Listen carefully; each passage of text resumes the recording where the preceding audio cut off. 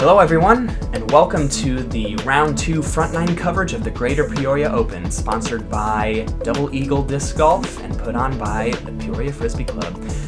I am not alone here in the booth today. I have a very good friend of mine and tournament director for GPO, Dalton Sackett. How you doing, Dalton? Doing well. Thanks for having me, Peyton. Absolutely. Well, I'm excited to get into this coverage here with you today. Hopefully you'll be able to see what your tournament's all cracked up to be. Yeah, I'm excited to see it. You know, I never get to actually watch much of any of it at all. Maybe the first hole or two, but that's about it. So I'm excited to see how it actually turns out. Yeah, and this actually is an excitement. So we are at McNaughton Park here, a very beautiful course in Pekin, Illinois. One of the old favorites. We are also playing in a very old layout that, according to some of our players on the card today, has not changed since some of them have started playing disc golf. So a good old favorite, has seen a lot of professional usage in years prior. I'm happy to bring it back for all the pros to play. We're going to jump to hole 1 here. The long tee pads. It's a 444-foot par 3. You want to tell us a little bit about it? Yeah, so it's pretty much downhill majority of the way. You can see the slope down to the right. The play actually is to try to get inside of that left side where the drone is flying. That's the ideal route to get a skip on where the drone currently is. You can take a wider route. It's definitely the safer route. Mm-hmm. That way the shrubbery in the left-hand side comes out of play. Mm-hmm. Awesome. Well, we've got Gavin starting us here, and he's going to try that inside play. Pulls a little right, but he gets that favorable little kick there. And then stuck in a little bush. Yeah, exactly. Yeah, that's the bush to miss if you do pull it right. If you end up behind that, you're having to straddle out just to pitch up to the basket. It's really hard to run some of the low ceiling foliage in there, keep you from seeking chains for your second shot.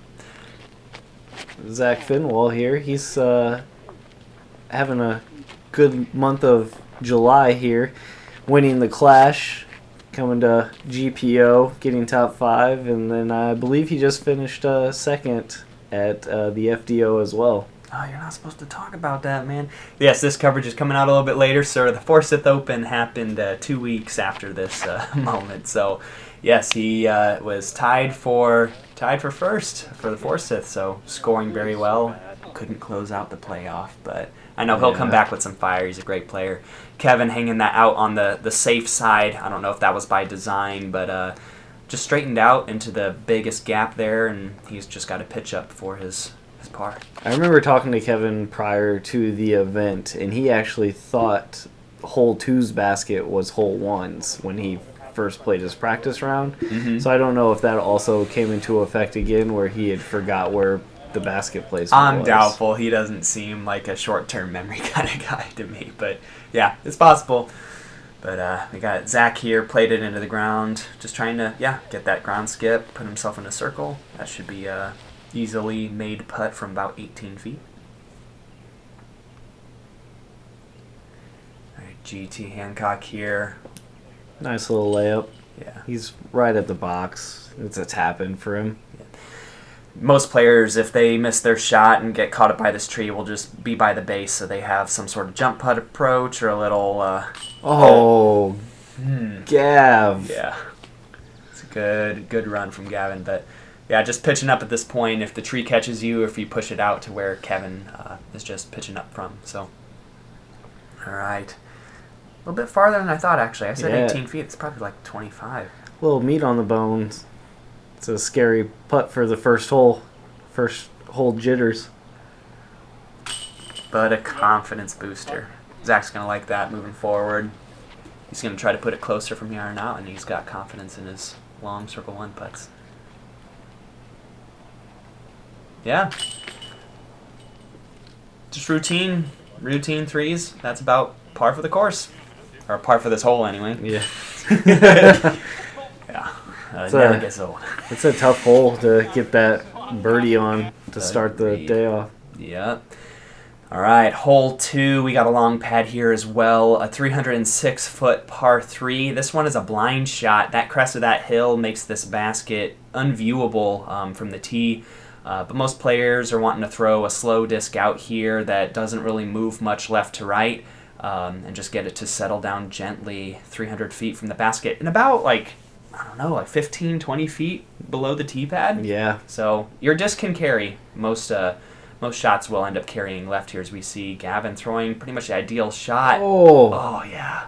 And a little bit of, I think it was a hit off that wood retaining wall. Yeah, it looks parked. Yeah. These guys are probably all just throwing putters here. It's a standard putter tee shot, throw down the hill.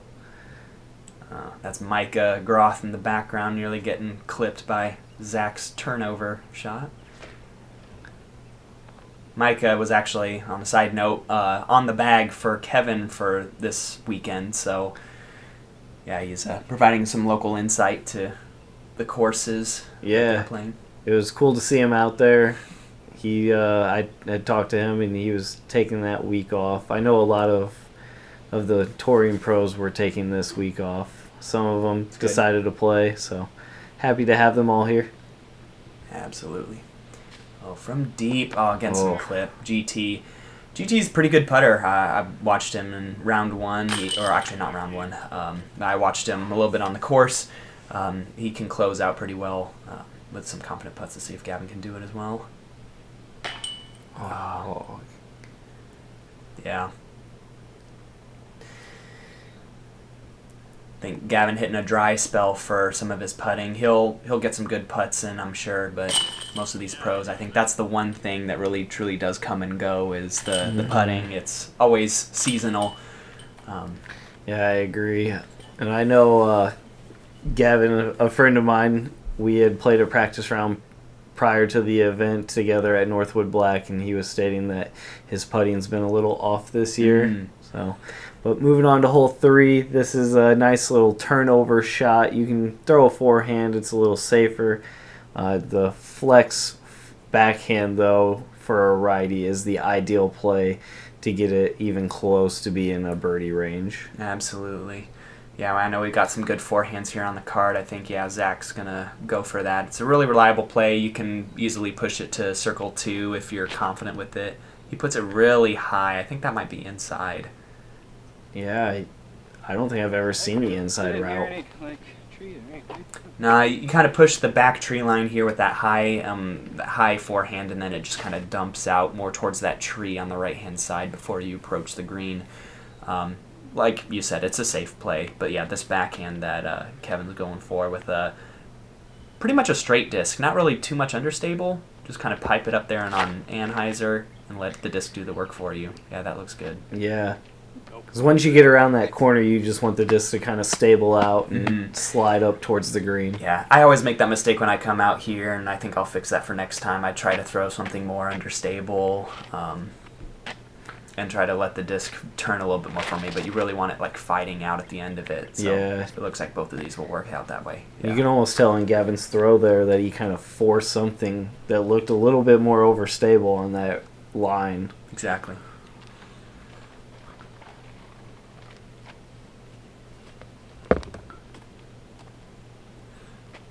Alright, GT lining up the backhand too. Actually, I don't know if GT has a forehand. I think he's got a scramble forehand, but he prefers the backhand here. Ooh, leaves that a little wide, but will that keep going? Oh, actually, he might be pinched off a little bit, but that left side, like, to go deep, that's the miss, because it's a little open right there. Yeah, agreed. Give it a little forehand bid, can he? A little short, but based. And this is a little tricky green because it has roots everywhere. Yeah. So your disc can literally hit 5 feet from the basket and roll 30 feet away. Yeah, I mean, it's not a significant slope, but yeah, chances are that there's always an opportunity it can get on edge and roll away. So, yeah. All right, good up shots from both GT and Zach. See if Kevin can go in the chains from the knee. Cool. Yeah, admirable bid. Let's see. Come on, Gavin. Close it. Nice. All right. That a kid. I see the big gap in the chains right there, and I was thinking, oh, that one could just come right back at us. But nope. good, solid confidence booster. Can't quite hear what they're saying, but Gav's getting a good laugh. And pretty much clean up here, so I'm really excited about this next hole. It's one of my favorite on the course. Yeah, to close out, this hole is definitely interesting. But moving on, hole 4, a 360-foot par 3. Plays a lot shorter than this. Actually, I really like how this course has started off 3 of the first 4 holes are downhill. Yeah. And it doesn't really feel all that much like the rest of the course has to play back uphill. We'll see one hole specifically where that does end up being the case. But this is one you just want to pipe something high to low, definitely throwing it downwards off the tee, and then let it kind of hyzer out for the righty backhand here. You're looking for something overstable just to get right off those trees. Oh, yeah. That is the line, though. You just kind of maybe a little lower. Miss that phantom branch. Yeah. But that is the play. As the actually, kind of a side story here is the park kind of grows in. A lot of these fairways have tightened up over the years, just with unique agreements with the park district. Sometimes we aren't able to really get the bushes cleared out as much as we would want to, right? Yeah, so, I would definitely agree. Luckily, with this year's event, Zach Rebholz, he's on the PFC board. He orchestrated some maintenance days out there and got the course looking phenomenal. Yep, and it'll play much better than it. Well, not much better, but it plays a little bit better than the way it normally does. So, some good ground play there. Putting Kevin a little bit long of pin high, but yeah, he's in circle 1, making some moves. Yeah, decent shots from our players up to this point. Let's see what GT's got.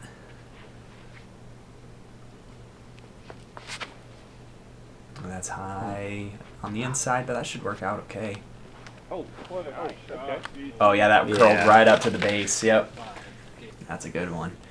Shout out again to Double Eagle Disc Golf sponsoring the event. Oh, Gav. One's got to fall for him. Yeah, definitely. It's a good putt right there for the GT. I like that hyzer putt.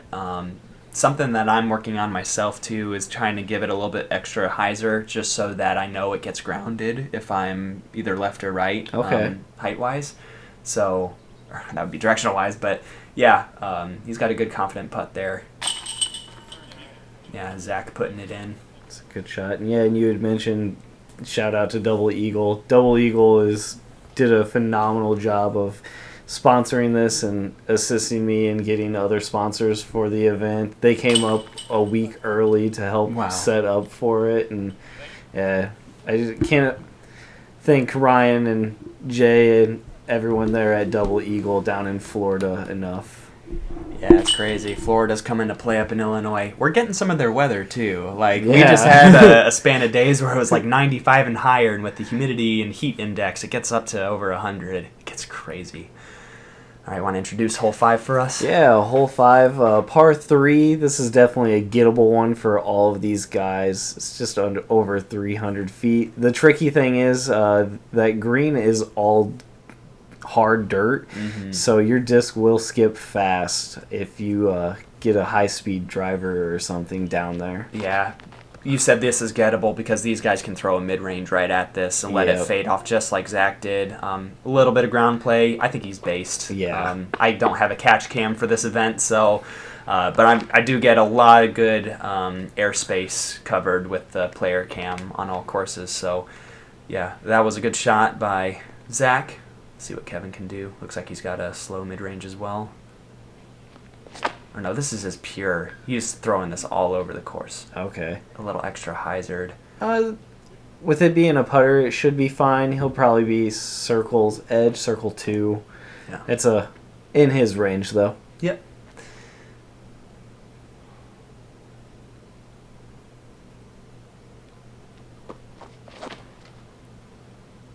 A little turn from GT. Actually, high side's not that bad. He gets a little bit of leftward ground play back to the basket, yeah.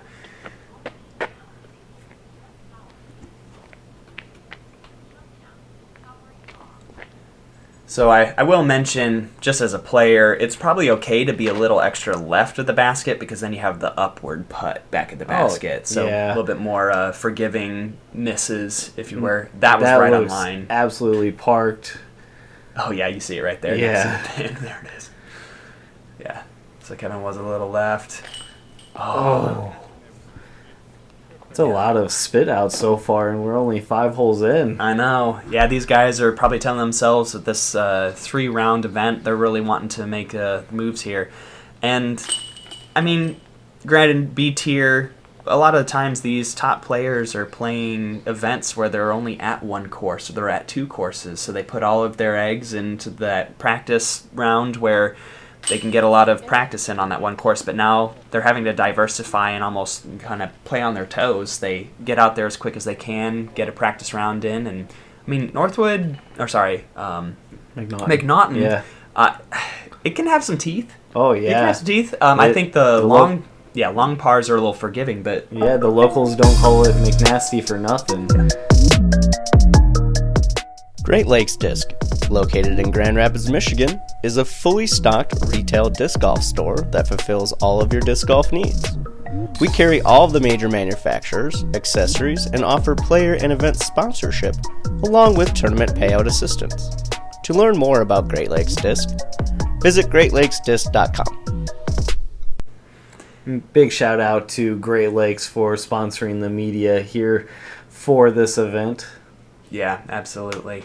The very first media sponsorship that I've had to deal with, too. So happy to start pulling in some good commercials into this coverage as well. Looking forward to what the future has for the channel, too. So hole 6, a 282-foot par 3.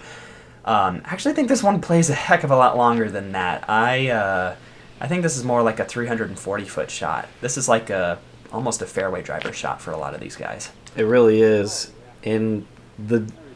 It's so much more difficult from the longs than it is the shorts. In my opinion, the shorts is maybe the easiest hole on the course. Yeah. And then you push it back to the longs, and it's almost one of the hardest holes on the course, yeah.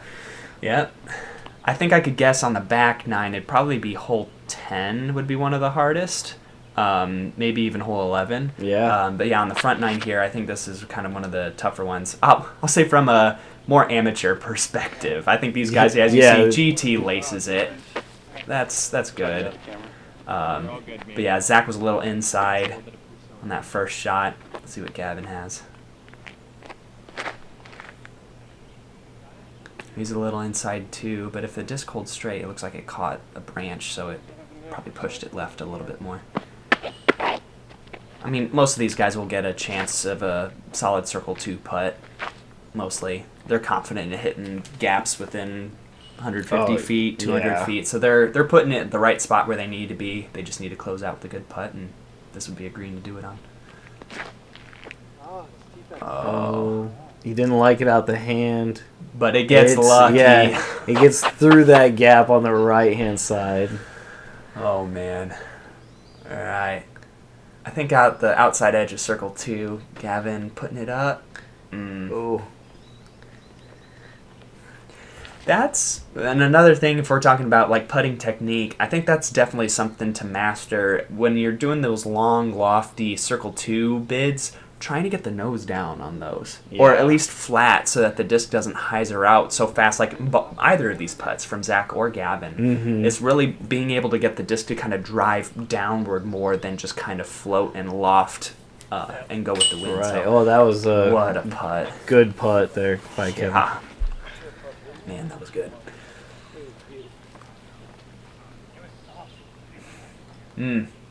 I want my putting to look more like that. Yeah. I played a couple events in the past few weeks. Not really meeting my expectations, but definitely some work's going on in the background for my lunch break during the week, and on the weekends putting some time on the practice basket, that's for sure. Which, I thought that was going to spit out the back. Yeah, good grab on basket, but yeah. Good cleanup. Just move on to the next hole.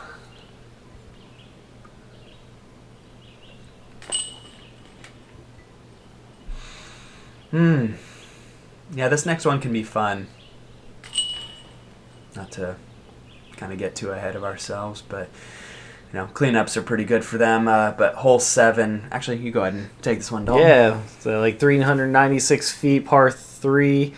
You can pump it out there with the backhand. It is reachable with that. I do think the preferred route to get to the basket is kind of a flex forehand with something a little overstable, like a Firebird Felon type shot, Raptor. Who's got 400 feet of distance on that?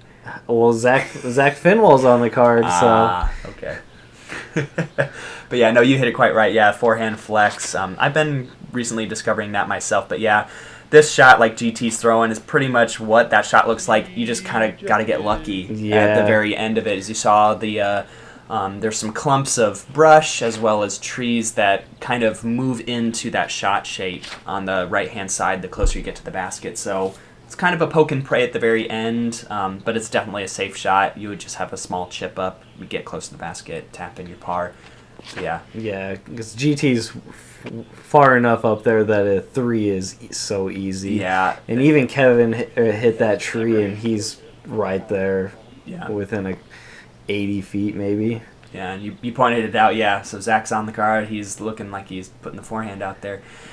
Yeah, I'm almost thinking for someone who's got like that slower, or maybe just a true fairway driver with a tiny bit of flip up, might get a better luck of like actually getting it close to basket. Oh yeah. You'll want to end up left. That'll be the true way to like pure the gap and get it close to the basket. But a lot of these players end up throwing the shot that just like tries to pass chains, and that usually is the shot that gets caught up by those trees. So here's that flex. Looks a little high. Yeah, but it could work if it show up. Oh, it shows up. Oh, there, yeah. So there's a little bit of a gap or a clearing behind that brush that's right of the basket, and it looks like he kind of put him there. So he's basket high, but right, like I think about 50 feet. He's got a putt for a birdie. Definitely. Oh, a little too much flip up. Yeah, but that's what I'm thinking, though. Yeah. He needed just a little bit more hyzer on that, something that just keeps pushing left but doesn't really like fade out. It just like goes straight to the left. Routine forehand upshot. And also shout out to local Gary Patton for acing this hole twice this year in practice rounds. Oh, jeez.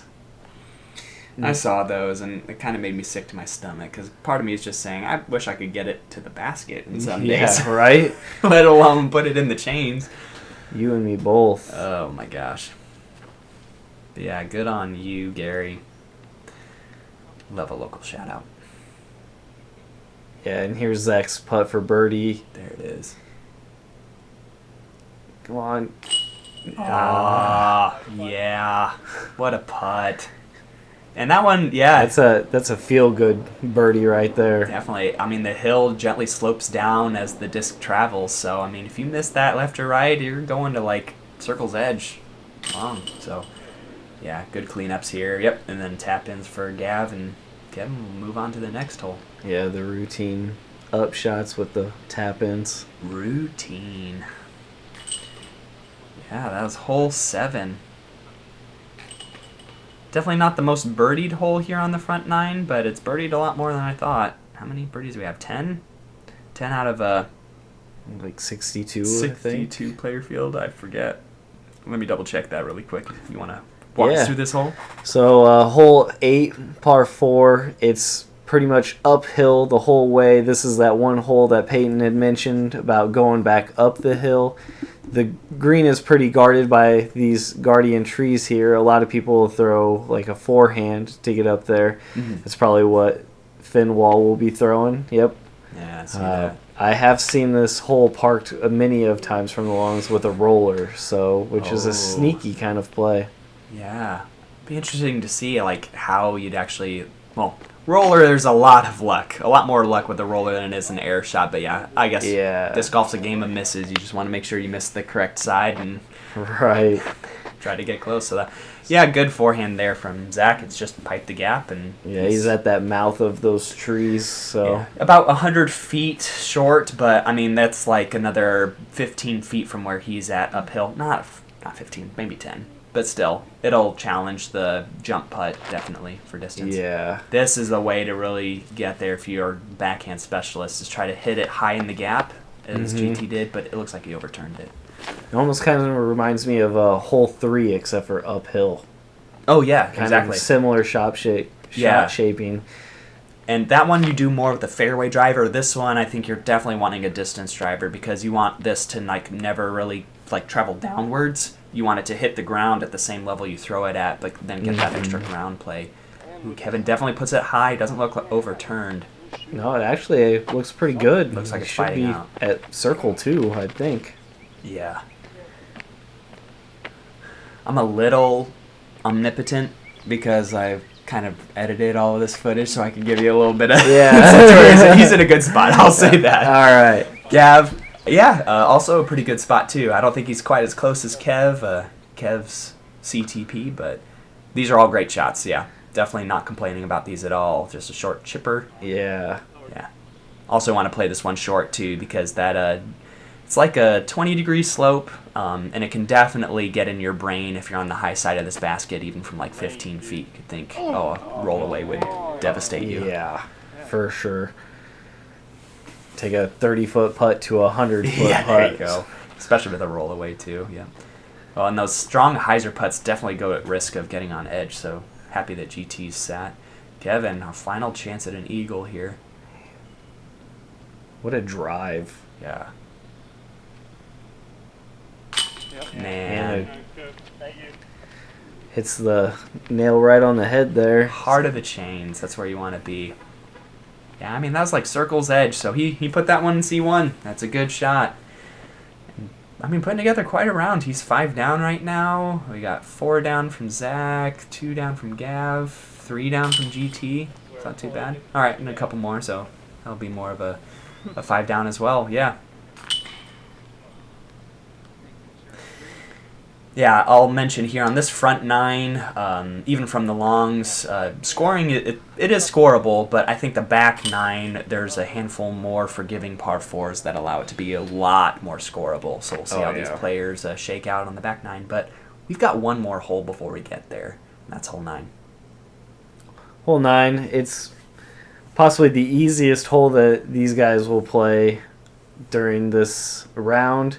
It's just a short, simple putter shot essentially with a little bit of fade at the end to get past those guardian trees. This is the only hole that played technically from the short. There is a long pad, but it's just never really used and mostly buried by some shrubbery. Actually, I mean, I'm relatively new to disc golf. I didn't realize there was a long pad, but yeah, I think I know where it is. Is it by the pavilion, essentially? You have to kind of toss it over the water? Or no, so that was actually a temporary long pad that has been used in the past for events. Okay. So the long pad is actually maybe 80 to 100 feet further back up the hill. Ah, okay, gotcha. More tucked into the wood line. Gotcha. Hence probably why it's not played, because that brush grows in. Yep. Fair enough. Okay. Well, 2 decent shots from Zach and Kevin.